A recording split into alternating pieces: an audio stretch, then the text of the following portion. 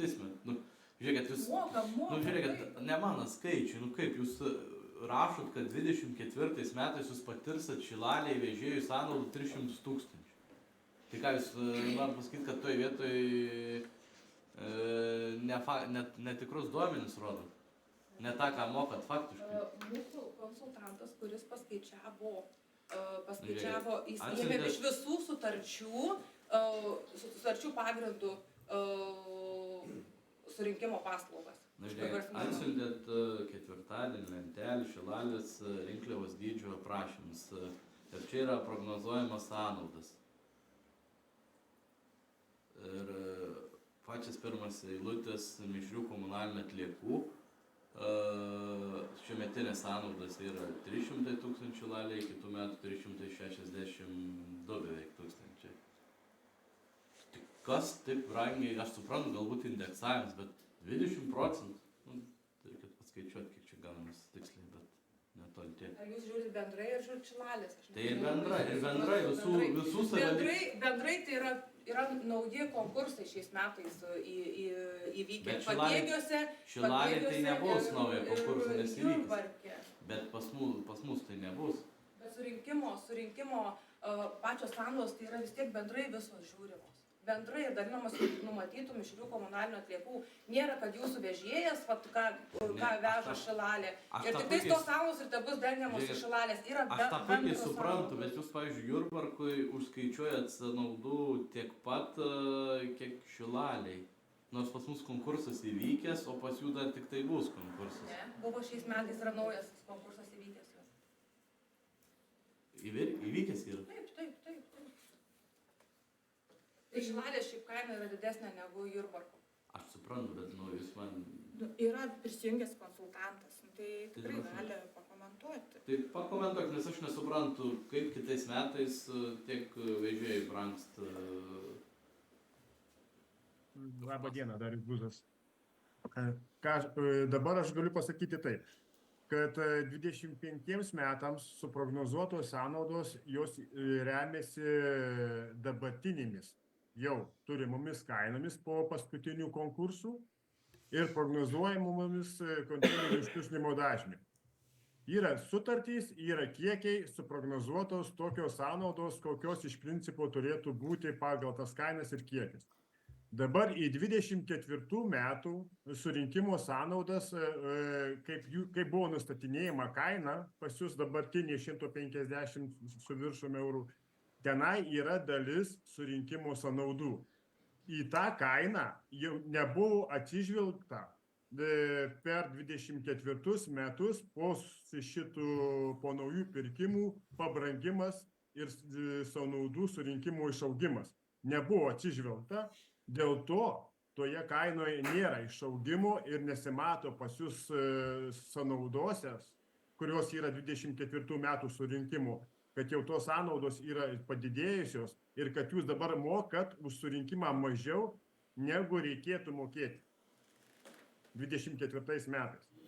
Už tai toks ir yra pokytis. Nebuvo 23 metų gale įvertintas augimas po 24 metų įvykusių šitų pokyčių kainoje surinkimų. O 25 metais jau tas yra įvertinta ir yra skirtumas toksai gaunasi tarp surinkimo sąnaudų. Bet indeksavimas 22 metais 10,6%, 23 metais 21,7%. Taip, ir 23 sakot, ar ne? 23 21,7%.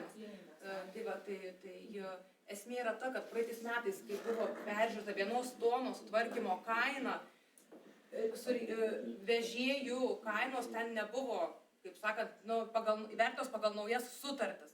Ten buvo palikta 23 metų.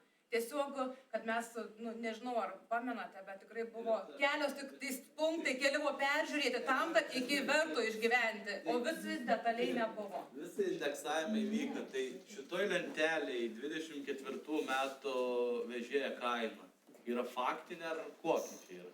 Čia yra, kas dabar yra įskaičiuota į dabartinę kainą, į tą 151. Tai kam jūs tokius lyginat skaičius, kas įskaičiuota, o ne faktus? Tai mes Kaip faktą ir prognozuojama lyginti. o ne tas, kas buvo įskaičiuota į tą kainą. Čia nepalyginimas dalyks, mes svarstom naują kainą, bet jūsų faktai yra visai kitokie. Mes lyginam, kas dabar yra įskaičiuota, pagal ką savivaldybės pasiskaito ir ką prognozuojam 25 metais. Nes jeigu mes lyginsim 24 metus, neįmam 24 metų, jų tiesiog dar jie nesibaigė ir mes dar nežinome. mes skaičiuojam tą, kas dabar yra įskaičiuota. Dėl to ir gaunasi tas skirtumas toks.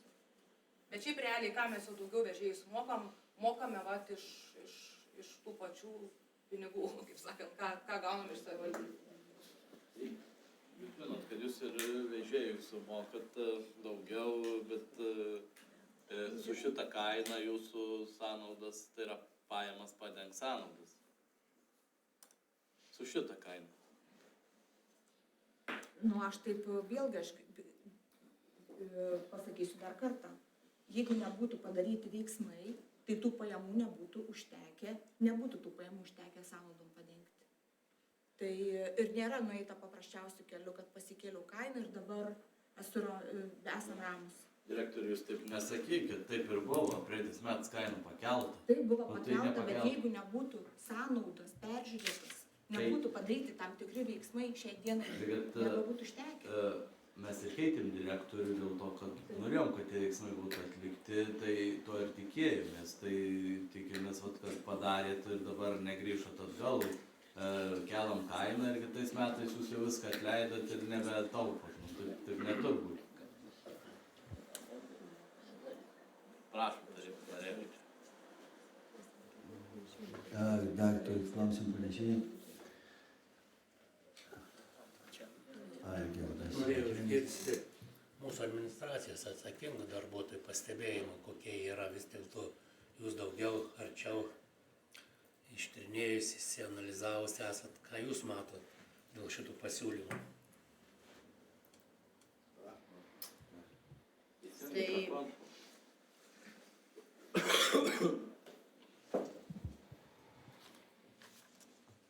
Sąnaudos, kad yra jos lyginamos ne pagal faktines, o pagal įskaičiuotas. Tai čia, kaip meras minėjo, čia neina net palyginti tų dalykų, o kad sąnaudos yra padidėjusios ir nėra aišku, kodėl administracinės sąnaudos padidėjusios 140 keliais tūkstančiais, tai va irgi, o vežėjo kaina taip suprantama, kad skaičiuojama ir tonos kaina yra bendrai visam regione, čia yra neskirstoma Šilalės vežėjo kaina, Jurbarko vežėjo ir Tauragės vežėjo kaina. Tai čia, jeigu buvo įvykę konkursai ir kainos jau padidėjusios, tai va pagrindiniai dalykai tai yra, kad padidėjusios vežimo sąnaudos ir administracinių sąnaudų padidėjimą faktinių duomenų 24 metų nėra. Jie nepasibaigė. O 24 metai yra lyginami su dabar 25. Tai, kurie nepasibaigė, o kas buvo įskaičiuota į kainą. Ir dar, jeigu peržiūrėjus duomenis visus ir skaičiavimus, yra visur įskaičiuota kaip nenumatytų sąnaudų po 3%, tai čia gal irgi atsakytų specialistai, kodėl tuos 3% galbūt galima būtų mažinti ir pasiūlymus pateiktų, kad nors mūsų kaina jinai nedidėtų, išliktų tokia, kokia buvusi.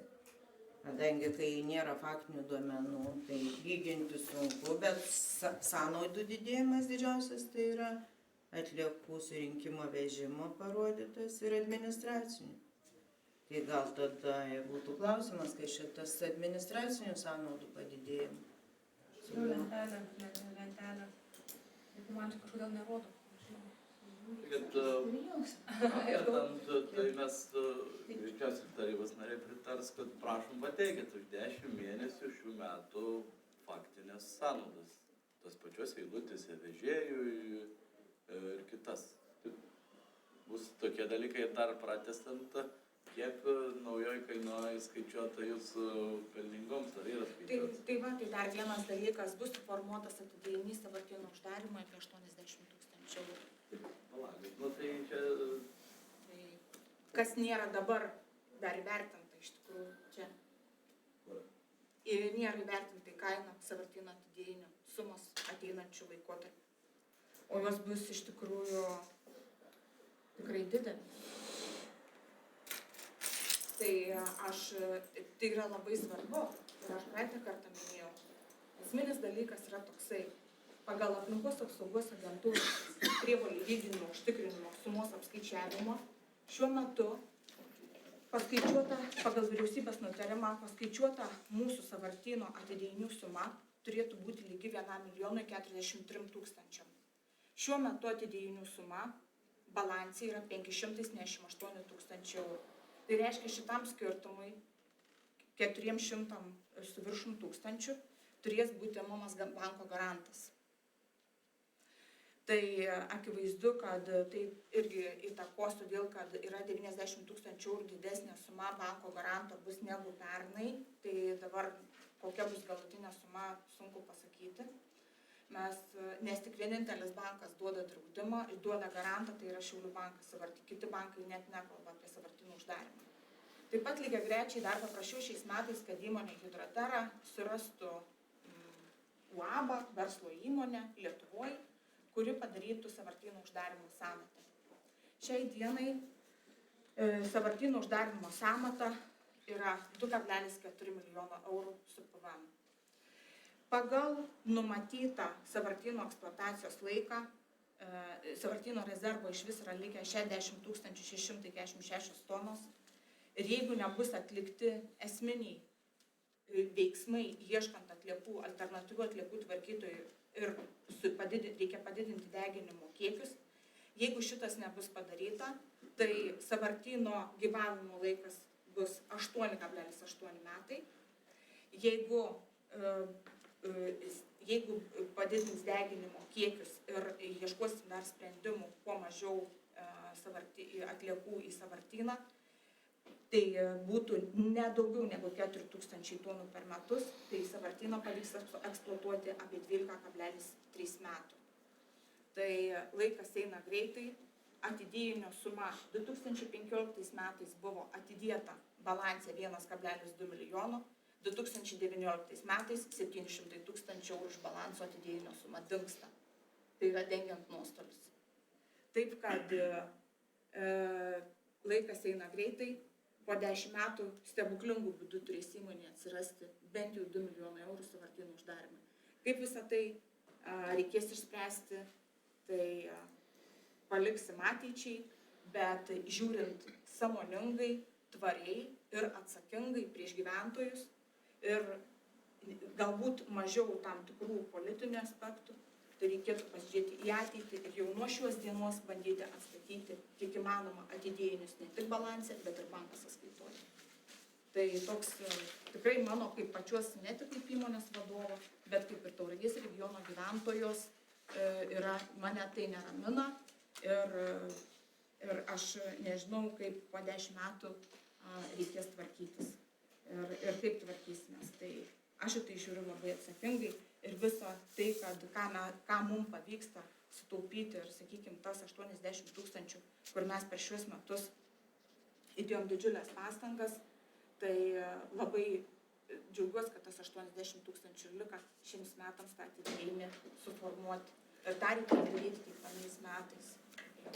Tai čia toks esminis dalykas. Ne visada ši diena yra, ne visada gal reikėtų šios dienos kontekstą žiūrėti. Reikia žiūrėti dabar plačiai, nes situacija yra sudėtinga. Tai tiek būtų iš mano pusės. Ačiū pranešėjams. Ar turit klausimų pranešėjams?